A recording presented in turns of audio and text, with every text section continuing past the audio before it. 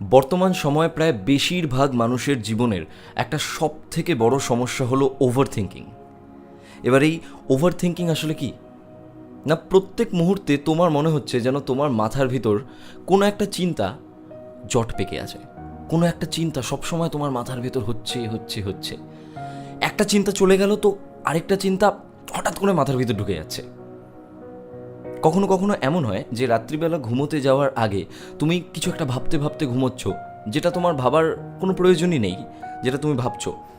সকালবেলা ঘুম থেকে উঠে আবার সেই একটা ভাবনার মধ্যেই তুমি জড়িয়ে যাচ্ছ, এবং যার জন্য অনেক ক্ষেত্রে মনে হয় যে নিজেকে খুব টায়ার্ড ফিল হচ্ছে, মাথার ভিতরে একটা খুব টায়ার্ড ব্যাপার ফিল হচ্ছে। মানে মাথা কখনো শান্ত থাকছে না, every time there is something.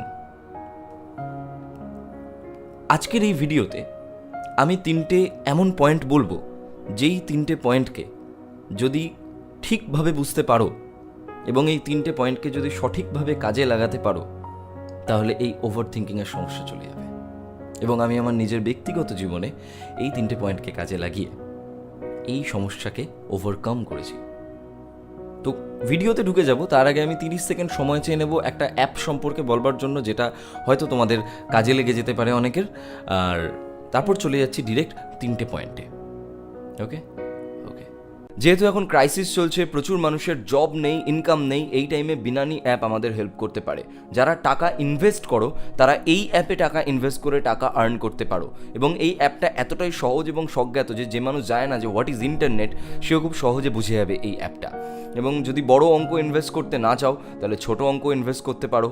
R privacy, এই অ্যাপটা এতটাই সিকিওর যে এখানে লগ ইন করবার জন্য তোমার পাসপোর্ট লাগবে না, তোমার একটা ইমেল আইডি থাকলেই হলো।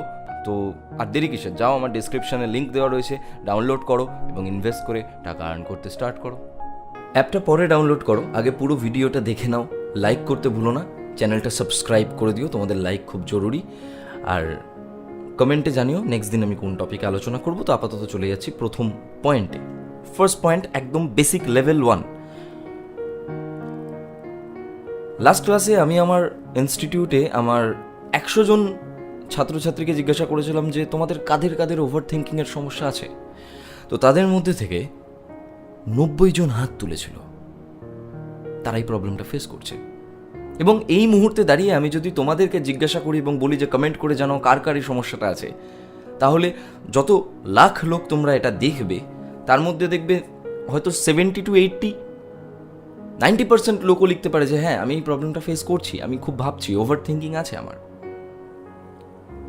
তার মানে একটা জিনিস এখান থেকে আমরা বলতে পারি যে যেই জিনিসটা প্রত্যেকটা মানুষের সাথে হচ্ছে, শুধু তোমার একার সাথে নয়, তোমার আশেপাশে প্রত্যেকটা মানুষের সাথে হচ্ছে, সেটাকে আমি ন্যাচারাল বলতে পারি, সেটাকে আমি কমন বলতে পারি। পারি তো? ধরো একজন 90 বছরের বৃদ্ধ বা বৃদ্ধা, তার দাঁত পড়ে যাবে, এটায় আনন্যাচারাল কি আছে? This is natural. 90 বছর বয়সে গিয়ে একজন মানুষের দাঁত পড়ে যাবে, ন্যাচারাল। কিন্তু যদি একজন 21 বছর বয়সী ছেলে মেয়ের যদি সব দাঁত পড়ে যায়, তাহলে সেটাকে আমি ন্যাচারাল বলবো না, ওটা কিন্তু আনন্যাচারাল।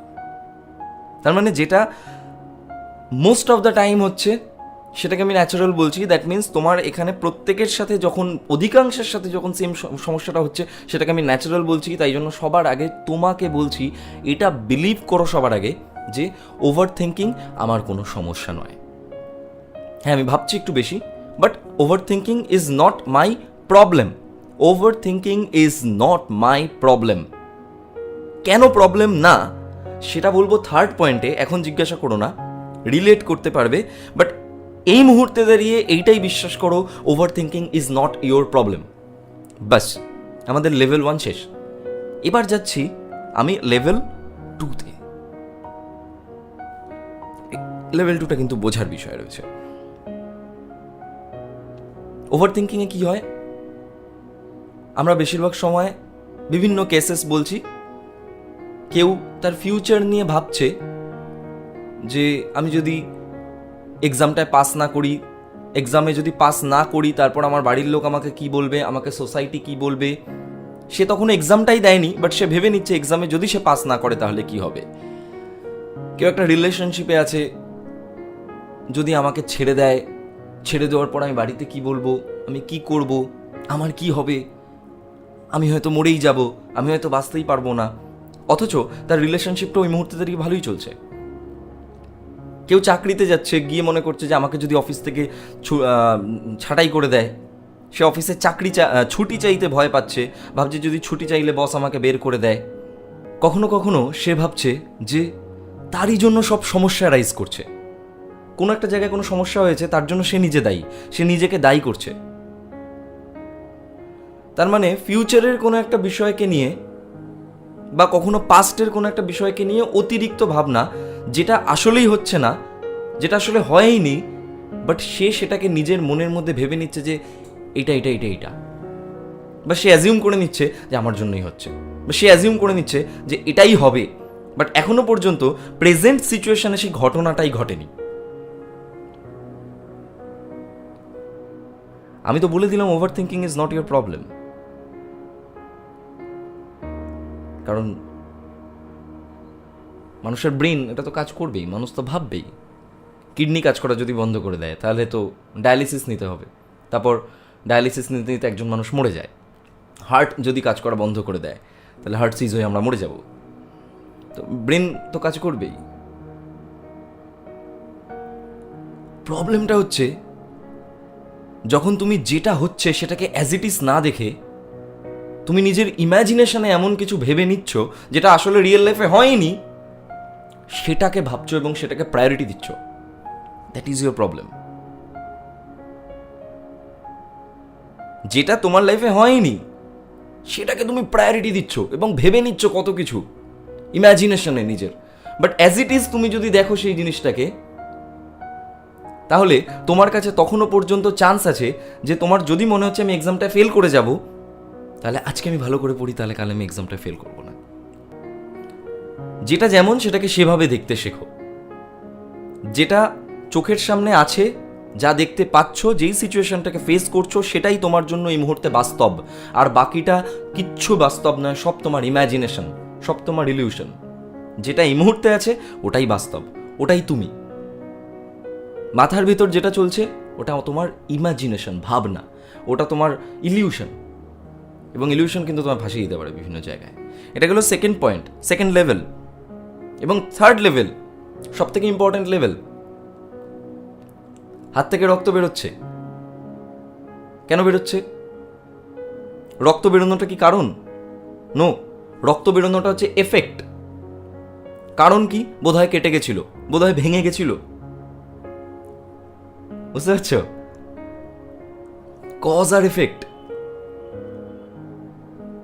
রক্ত বেরোচ্ছে এটা এফেক্ট, কজ হচ্ছে অন্য কিছু, কেটে গেছিল। ওভার থিঙ্কিং হচ্ছে এফেক্ট, কজ অন্য কিছু। তুমি যে ভাবছো এটা হচ্ছে এফেক্ট, কেন ভাবছো সেটার কারণ অন্য কিছু। তুমি কি করছো? তুমি বারবার বলছো আমি ওভার থিঙ্ক করতে চাই না, আমি ভাবতে চাই না, আমি এক্ষুনি ভাবনা বন্ধ করে দিতে চাই। তুমি কি কোনোদিনও পারবে এরকম যে হঠাৎ করে কিছু একটা ভাবছো, আমি বললাম এই আর ভাববে না, তুমি ফাট করে ব্ল্যাঙ্ক হয়ে গেলে? It is not possible, not possible. তো তুমি যেটা ভাবছো এই মুহূর্তে দাঁড়িয়ে, সেটার পেছনে কোনো একটা কারণ আছে যার জন্য তুমি ভাবছো। তো over thinking is the effect, this is not your problem, this is the effect of your problem. Problem কি? তুমি এখন যেই মুহূর্তে রয়েছো, যা নিয়ে ভাবছো, সেটাই তোমার প্রবলেম। সেটাকে ফিক্স করো। তোমার প্রবলেমটাকে যদি তুমি ফিক্স করো, তাহলে ওভার থিঙ্কিং এমনি সেরে যাবে। রাইট? যেমন তোমার জ্বর হলে তুমি প্যারাসিটামল খাচ্ছ, ম্যালেরিয়া হলে কি তুমি প্যারাসিটামল খেলে সেরে যাবে? যাবে না। জ্বর তো প্রত্যেকটা রোগের একদম মানে বেসিক সাইন। যে কোনো রোগ হলো তার আগে তোমার জ্বর আসবে, গা গরম হয়ে যাবে। তার জন্য সবসময় প্যারাসিটামল খেলে হবে না, ডক্টর দেখিয়ে জানতে হবে যে আমার রোগটা কি হয়েছে। জ্বর হচ্ছে এফেক্ট, কজ অন্য কিছু। তো ওভার থিঙ্কিং এফেক্ট, বারবার বলে দিচ্ছি, কজ কিন্তু অন্য কিছু। মাথায় রাখো এটা, ওকে? প্রবলেম খুঁজে বের করো, প্রবলেমটাকে ফিক্স করো, ওভার থিঙ্কিং এমনি চলে যাবে, কারণ ওটা এফেক্ট, এটা প্রবলেম নয়। তুমি যদি ওভার থিঙ্কিংকে ফিক্স করার জন্য দৌড়াও সবসময়, তাহলে কোনোদিনও পারবে না। কোনোদিনও এই প্রবলেম থেকে বেরোতে পারবে না। তো এই 3টে পয়েন্ট ছিল আজকে। ভিডিওটা লাইক করে দাও, কমেন্ট করে জানাও নেক্সট দিন আমি কোন টপিকের উপর আলোচনা করব, এবং যার কমেন্টে সবথেকে বেশি লাইক পড়বে সেটা নিয়ে আমি আলোচনা করব। এবং তোমরা যদি চাও আমি এটার পার্ট 2 বের করি, তাহলে অবশ্যই বলো, আরও বিশেষ কিছু জিনিস তোমরা লেখো, সেটা নিয়ে আমরা আলোচনা করব। সেকেন্ড সিলভার প্লে বাটন আসছে, ওই সিলভার প্লে বাটনটার পাশের জায়গায় বসবে, ছবিটা সরিয়ে দেবো আমি, কারণ আমার second channel voice of Gaurav 1 lakh subscriber complete করে গেছে। থার্ড সিলভার প্লে বাটনটা হয়তো 1 মাস বাদে চলে আসবে প্রেত কথা চ্যানেলটার জন্য, ওটা এই সাইডটাতে লাগাবো। তো প্রচুর সিলভার প্লে বাটন নিয়ে বসে এবার তোমাদের সাথে গল্প করবো ভিডিও বানিয়ে। তো চলো, তো তুমি ভালো থেকো প্রত্যেকে, আর সাবধানে থেকো সবাই। আর হ্যাঁ, কালী পুজো ভালোভাবে কাটিও।